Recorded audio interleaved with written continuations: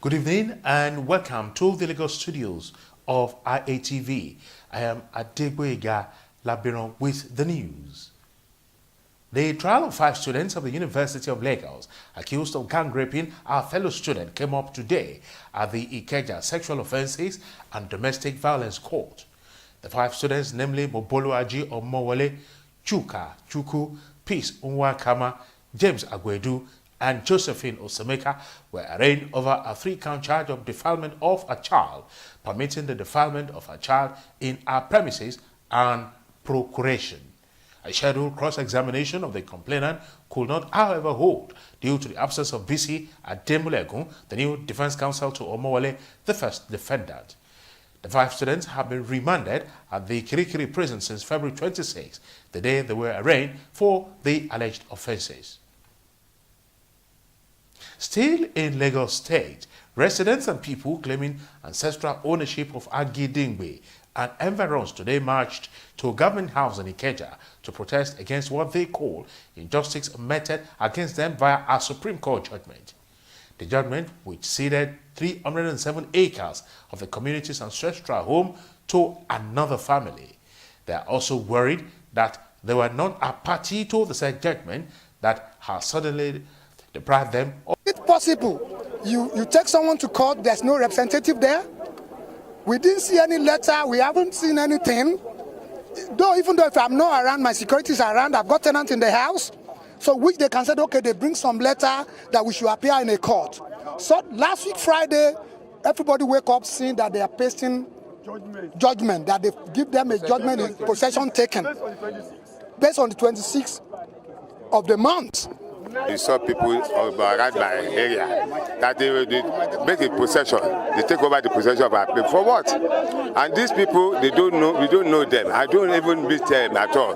This is our mother. Whereas, look at this woman, was born here over 80 years.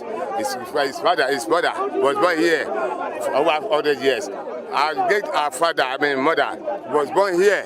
What else? Nobody, we haven't had anything about Akiole, and we don't never meet them. We don't have any rapport, we don't have any relationship with them. A 3-year-old Dorcas Mudukwe, who is the Iyalode of the community, says it is a taboo to ask the community to relocate, arguing that her ancestors were born and bred in the community. Dorcas and her relatives are unequivocal on their stand that they will not leave their ancestral home for anyone under whatever guise of their ancestral home. The government, they say they are not aware of this case. Now, what concerns the community then? Because the community are living under the peaceful, we are living peacefully in the community for more than years. As you see me, she is our sister. I'm going to 80 years. For somebody now, to say he's the owner of the land. At 83, I should be resting. But because they did all this, my grandmother, my great-grandmother, they were all born there. Agidingbe land does not belong. Our great-great-grandparents, they did not even tell us about anything about these Akiole people. They did not, from the history, the Akiole people just surfaced around 2003, claiming they were the owner of the place. And the place that my great-grandmother was born, how can somebody surface by 2003 and say the land belongs to them? Receiving their letter of complaint on behalf of the State House of Assembly, the Deputy Majority Leader, Olumuyiwa Jimoh, urged them to remain peaceful with an assurance that the House will look into their complaint. Meanwhile, Akiole Oshiun family, the beneficiaries of the Supreme Court judgment, through their attorney, has warned that they will not relent in enforcing the provisions of the judgment to the last letter. On behalf of Akiole Oshiun family, we, Ayo Balokun and Co., as their solicitor, have invited you, members of the 4th Estate of the Realm, to update you on the ongoing possession of the 398 acres of land of the family land at Agidingbe and for which the family has secured favorable judicial pronouncements and judgment from the Lagos State High Court to the Court of Appeal and Supreme Court, finally by May 2010. In consequence of the family legal proceedings, the large expanse of land situated in the Ikeja corridors of the state also affected some parcels of land belonging to the state government, including the premises of the Lagos State Television. Against the news making the rounds of poisonous cow skin, popularly known and called Momo in the Nigerian market, the Hide and Skin Association, Ijebu Igbo branch in Ogun State, has called for the arrest and prosecution of importers of poisonous cow skin. Chairman of the association, Surajuddin Abdulaziz, made a call in Abeokuta, Ogun State capital today. Lagos State government had last week warned members of the public against consumption of the poisonous momo, which it said had flooded the market. However, Abdulaziz was emphatic that the cow skins being produced by members of the association in Ijebu Igbo were safe for consumption. He claimed that the business, which had spanned over 80 years, was built on integrity and safety of human lives. And now to Osun State. 3 out of a 5-man gang have been arrested by police and paraded at the Zonal Command Headquarters in Oshogbo, Osun State. The suspects were alleged to have kidnapped a 46-year-old farmer, Salisu Ahmed. Addressing journalists at the Zone 11 headquarters in Oshogbo, Assistant Inspector General of Police, Leye Oyebade, said the gang of kidnappers was led by one Jimo Adamu Omotayo. The gang was said to have kidnapped Salisu Ahmed on his farm at Agbeye in Odote, local government area of Osun State, before taking him to a forest in Ikare-Akoko in Ondo State, where he was held captive for 17 days. AIG Oyebade said efforts was on to catch up with other fleeing members of the gang. The gang, numbering about 5 and armed with locally made single-barrel guns, took the victim, who was later blindfolded, to a forest right in Ikare-Akoko in Ondo State, where he was held captive for 17 days. The suspects were forced to release their victim without collecting the 3 million naira ransom earlier demanded, following aggressive manhunt for them. With the arrest of the 3 suspects, the zone.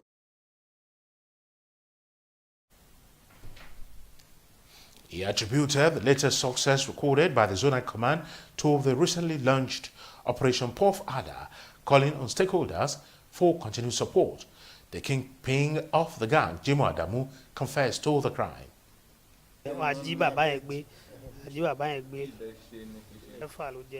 We abducted the man, 6 of us. Myself, Bahe, Umoru, Tunde, and one Igbo guy. We demanded 1 million naira ransom from him, but we were unable to collect it.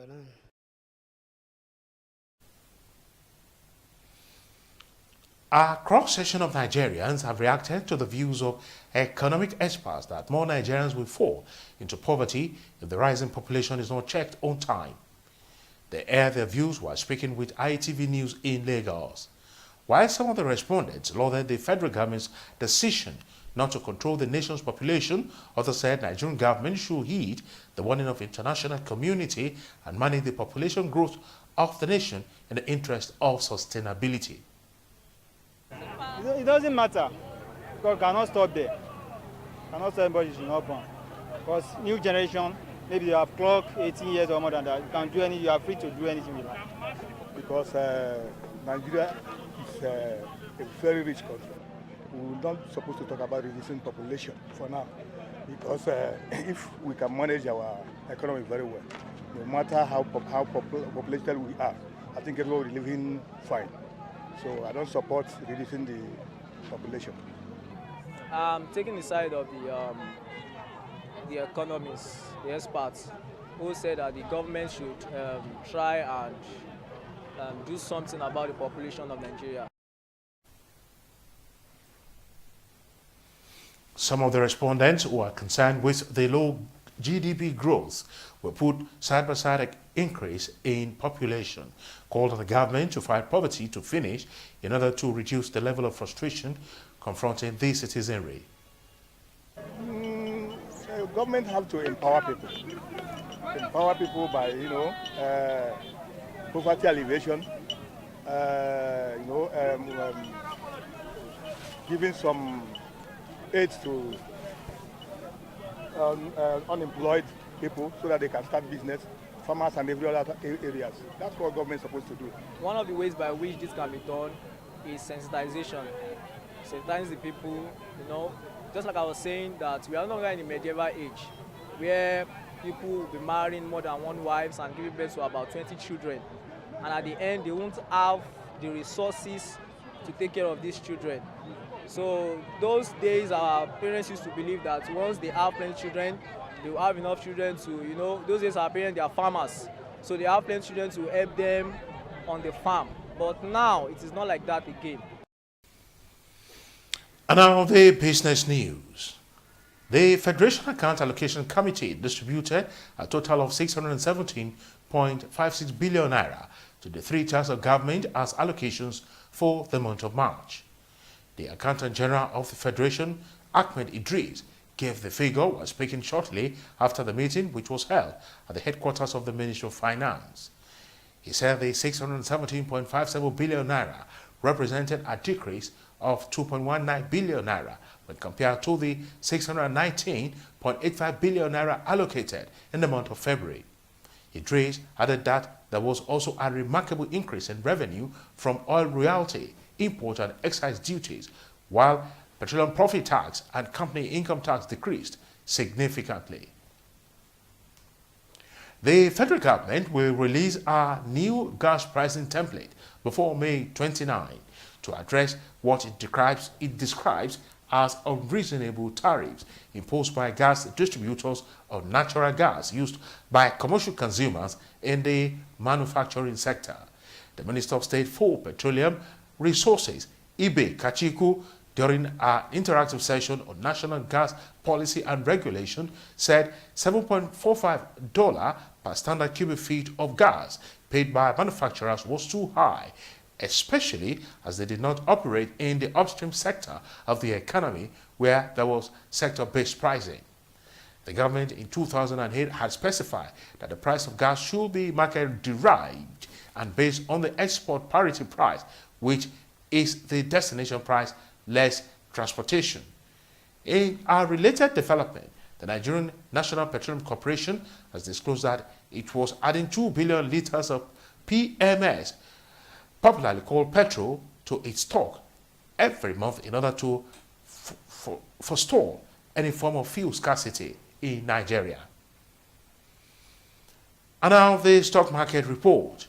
Stockbrokers acting on the instructions of investors traded in a total of 280 million ordinary shares valued at 2.8 billion naira.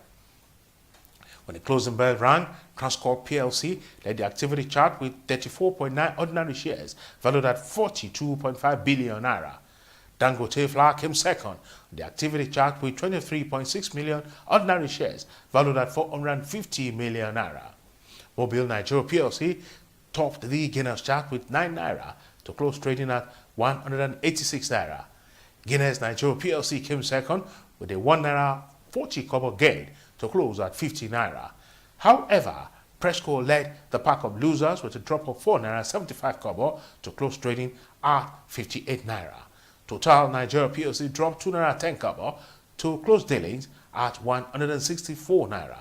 Osha Index closed today's trading at 29,171.73 points, all in a total of 4,836 transactions, while market capitalization came to a close at 10.96 trillion naira. And that's the size of our package from the Lagos studios of IATV. I am Adegboyega Labiron, thanking you for having stayed tuned, and now returning you to Ibadan for the next segment of the news. Good evening.